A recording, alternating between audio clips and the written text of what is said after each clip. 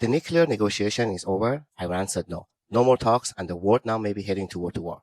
American and Iranian negotiation has officially collapsed after the talks failed, with Iran refusing to give up uranium enrichment, which US put it as its top demands on alongside with ballistic missiles, nuclear limits, and the Iran regional proxy groups. But the talks didn't even pass the first stage because Iran made it clear that it will not stop its enrichment, saying it is their legal rights under the Non-Proliferation Treaty for medical energy use. Even though raising the uranium under the 60% still gives them a technical ability to reach the 90% level for the nuclear weapon.